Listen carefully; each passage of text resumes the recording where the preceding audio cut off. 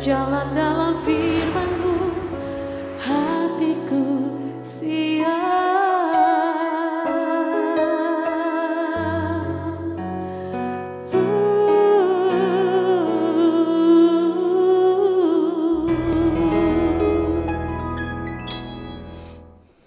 Salam, God lover yang dikasih oleh Tuhan Yesus. Senang boleh kembali berjumpa dengan saudara semua dalam program Rest and God malam hari ini bersama Diaspora TV.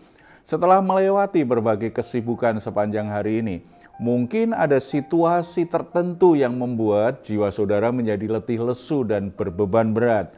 Apapun situasi dan keadaan yang sedang saudara alami, jangan pernah menyerah. Sebab Tuhan mengundang kita setiap hari untuk mengalami kelegaan. Ini yang dikatakan Tuhan Yesus kepada kita. Marilah kepadaku semua yang letih lesu dan berbeban berat. Aku akan memberi kelegaan kepadamu. Puji Tuhan, mari kita responi undangan Tuhan ini dengan iman kita. Kita datang kepada Dia dalam doa. Bapa di surga, kami datang kepadamu membawa semua pergumulan hidup kami, karena kami sangat percaya firman-Mu itu benar adanya. Engkau akan memberi kami kelegaan, pertolongan dan jalan keluar terbaik untuk mengatasi pergumulan-pergumulan hidup kami. Bapa, saat ini kami juga siap untuk mendengar firman-Mu, berikan kami pengertian, agar kami mengerti bagaimana menjalani hidup ini, dan kami tetap ada di jalan-jalan Tuhan. Berikan hikmat cara khusus kepada hamba-Mu untuk bisa menyampaikan firman Tuhan ini. Dalam nama Tuhan Yesus. Amin. Seringkali kita sebagai orang Kristen itu menyangkal realita hidup sebagai orang Kristen. Ada sebagian punya pikiran, kalau ikut Tuhan berarti semuanya baik-baik saja. Kalau ikut Tuhan berarti semua lancar-lancar saja. Menyangkal sebuah fakta bahwa tidak semua hal dalam hidup ini berjalan baik-baik saja. Kalau ini yang jadi keyakinan saudara, maka tidak heran kalau saudara seringkali menjadi kecewa ikut Tuhan. Karena memang realita hidup ini tidak semuanya baik-baik saja. Tidak seperti yang kita inginkan harus semuanya lancar. Tidak. Apakah realita hidup di dalam Tuhan Yesus yang harus kita jalani? Mari kita lihat ada satu kebenaran. Perikop Kisah Para Rasul pasal 14 ayat 21 sampai 28 itu memberikan kepada kita gambaran tentang realita yang seringkali harus dialami, harus kita hadapi sebagai orang-orang Kristen yang serius ikut Tuhan, yang begitu mengasihi Tuhan.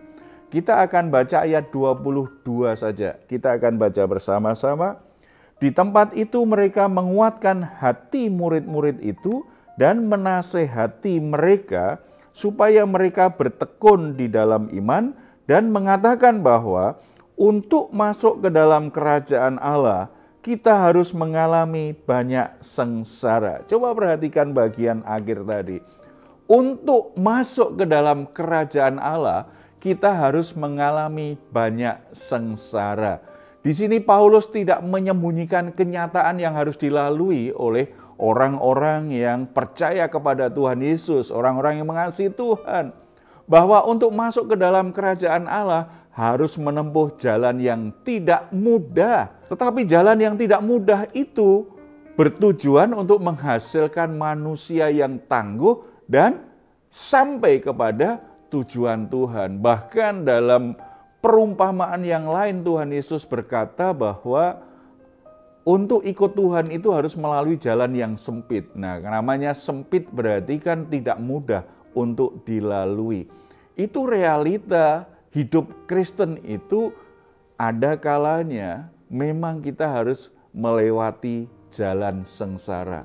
Jangan pernah lari dari realita hidup dalam mengikuti Tuhan Yesus Kristus. Hal itu mungkin tidak mudah untuk dijalani, bahkan sangat sulit, tetapi pasti tujuannya benar. Pasti nanti ujungnya benar. Dan semua kesulitan, semua tantangan dalam perjalanan hidup kita itu membentuk diri kita menjadi orang-orang yang tangguh, anak Tuhan yang tangguh. Bukankah pelaut yang ulung dihasilkan dari pelayaran yang penuh dengan gelombang dan angin badai. Bukankah orang-orang hebat itu lahir dari penderitaan-penderitaan yang mereka lalui sebelumnya? Demikian juga dengan kehidupan kita sebagai orang-orang percaya, sebagai orang-orang yang mencintai Tuhan. Kita akan menjadi orang-orang Kristen yang tangguh, orang-orang Kristen yang unggul, orang Kristen yang tidak mudah menyerah. Karena apa? Kita sudah melewati perjalanan hidup yang dari satu sengsara yang lain ke sengsara yang lain, dari satu tantangan yang lain ke tantangan yang lain, dari rintangan yang satu ke rintangan yang lainnya. Inilah realita. Jadi realita hidup yang pertama, jadi orang Kristen bukan berarti bebas dari masalah, bebas dari kesengsaraan hidup ini. Ada kalanya kita harus melewati yang namanya jalan sengsara itu. Dan yang kedua, tetap di ayat yang sama, di situ dikatakan bahwa di tempat itu mereka menguatkan hati murid-murid. Dari ayat ini berarti firman Tuhan ingin menunjukkan kepada kita bahwa realita hidup kita sebagai orang Kristen ada kalanya kita harus menghadapi hal-hal yang bisa melemahkan hati kita, yang membuat hati kita menjadi lemah. Menjadi orang percaya itu dibutuhkan perjuangan yang tidak pernah ada kata selesai sampai Tuhan panggil kita. Maka kita diperhadapkan banyak jalan-jalan yang kadang-kadang sulit. Tetapi di tengah-tengah kesulitan ataupun pergumulan yang kita hadapi, kita harus punya sikap yang benar, harus punya komitmen untuk tidak menyerah, untuk terus berjuang sampai tujuan Allah digenapi dalam hidup kita. Tidak ada kata santai bagi orang percaya. Dalam arti tidak ada kata kita ini sembrono dengan hidup kita, hanya ingin menikmati kemudahan dalam hidup ini. Tidak, kita harus realistis bahwa tidak selamanya perjalanan hidup kita baik-baik. Hidup adalah perjuangan dan dibutuhkan kekuatan untuk mampu menjalaninya. Memang kekuatan itu bukan berasal dari kepandian kita atau pengalaman kita. Kekuatan kita datangnya dari Tuhan. Namun kita harus tetap berusaha melangkah di jalan Tuhan. Tuhan memberi kita kekuatan, tetapi kalau kita tidak mau melangkah, kalau kita berhenti menyerah gara-gara ada tantangan, ada masalah, apa gunanya kekuatan itu? Tuhan memberi kekuatan saat kita melangkah. Kekuatan yang dari Tuhan itu akan mengalir, memberi kita semangat, memberi kita kemampuan. Ketika situasinya semakin sulit, Tuhan akan tambahkan kekuatan yang bekerja dalam hidup kita. Sampai kita tiba pada tujuan yang Tuhan maksud. Itulah realita perjalanan hidup kita. Jadi bukan sekedar tantangan yang berat, tidak. Bukan hanya hal-hal yang melemahkan hati kita, tidak. Tetapi ada kekuatan Tuhan menguatkan hati kita. Tugas kita apa? Terus melangkah, terus berjuang, terus hadapi semua masalah. Dan yang ketiga, ada godaan untuk akhirnya kita berhenti bertekun dalam iman. Kita menyerah dengan keadaan, lalu kita akhirnya tidak bertekun dalam iman.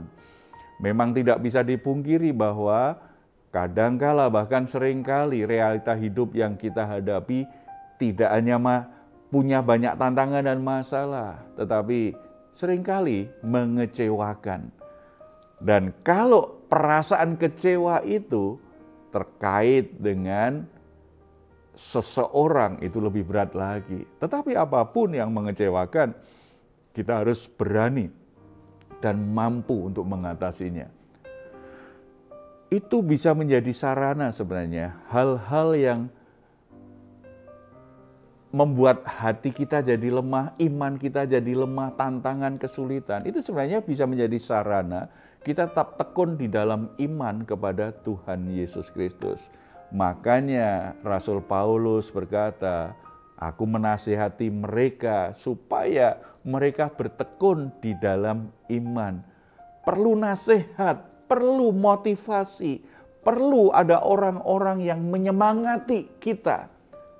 Jangan mau digusur oleh pergumulan saudara, saudara keluar dari jalurnya Tuhan.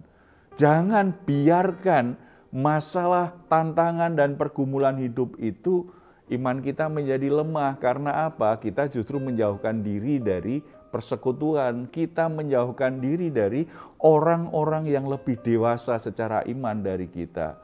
Jadikan setiap pergumulan itu menjadi sarana untuk menempa iman kita menjadi semakin tangguh untuk mempercayai Tuhan.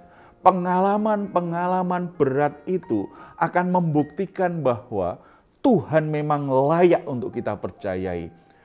Memang sudah sepantasnya hidup kita bergantung pada anugerah dan kuasanya yang luar biasa. Di sini ketekunan menjadi syarat mutlak untuk dapat meraih semua yang Tuhan sudah sediakan bagi hidup kita. Tuhan ingin membentuk daya tahan iman kita dan ketekunan kita di dalam mengikut Dia.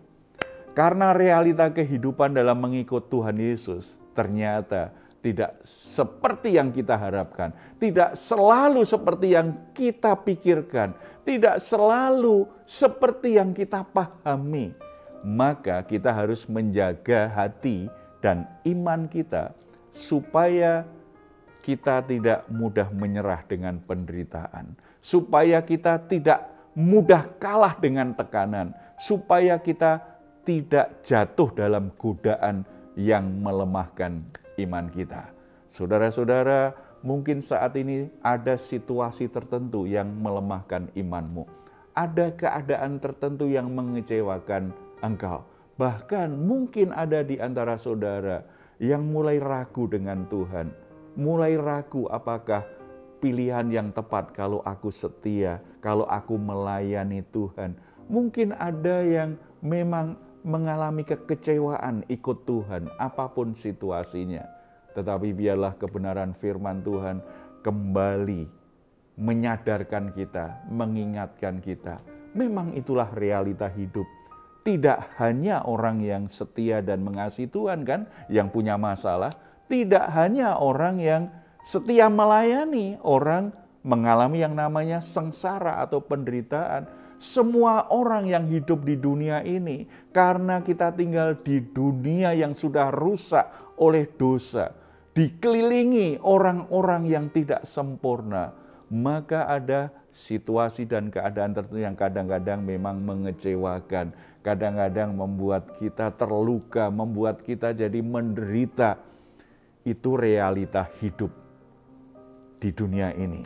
Tetapi puji Tuhan, karena kalau kita tetap ada di jalannya Tuhan, kita tidak menjalaninya sendirian. Kita tidak bergantung pada kekuatan kita sendiri untuk mengatasinya.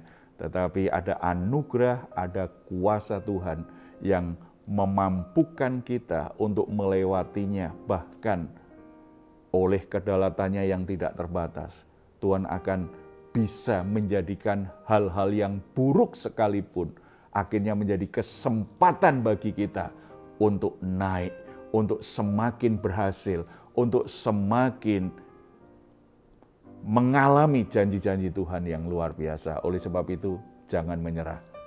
Mari kita hadapi realita hidup kita bersama-sama dengan Tuhan. Kita bersatu dalam doa. Bapa di surga, terima kasih untuk firman-Mu. Hari ini hamba-Mu berdoa untuk saudara-saudara yang sedang dalam pergumulan, yang sedang dalam penderitaan, yang hampir menyerah karena apa yang diharapkan, apa yang diimani bahkan ternyata tidak terwujud. Yang dialami adalah situasi berat, penderitaan yang begitu menyakitkan. Kiranya firman Tuhan ini mencerahkan hati mereka dan kembali mengubarkan semangat mereka serta menguatkan iman mereka bahwa ini realita yang biasa terjadi dalam kehidupan orang di dunia ini, dan mereka bisa kembali membuka hatinya terhadap kehadiran Tuhan yang memimpin, yang menguatkan.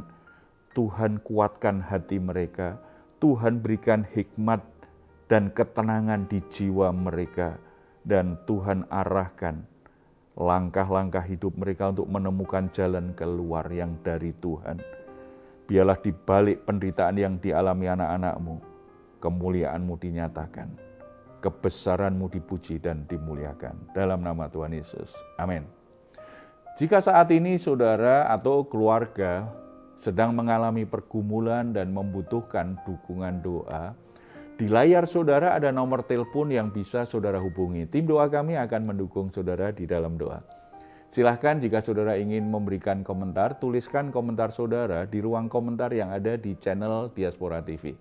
Baik saudara, sebelum kita berpisah, mari kita memperkatakan bersama-sama Mazmur 4 ayat 8-9. Engkau telah memberikan sukacita kepadaku lebih banyak daripada mereka ketika mereka kelimpahan gandum dan anggur. Dengan tentram aku mau membaringkan diri lalu segera tidur. Sebab hanya Engkaulah ya Tuhan yang membiarkan aku diam dengan aman. Puji Tuhan, selamat beristirahat, dan doa saya senantiasa untuk saudara. Saudara semua sungguh-sungguh mengalami Rest and God setiap hari. Tuhan Yesus memberkati kita semuanya. Salam. Hatiku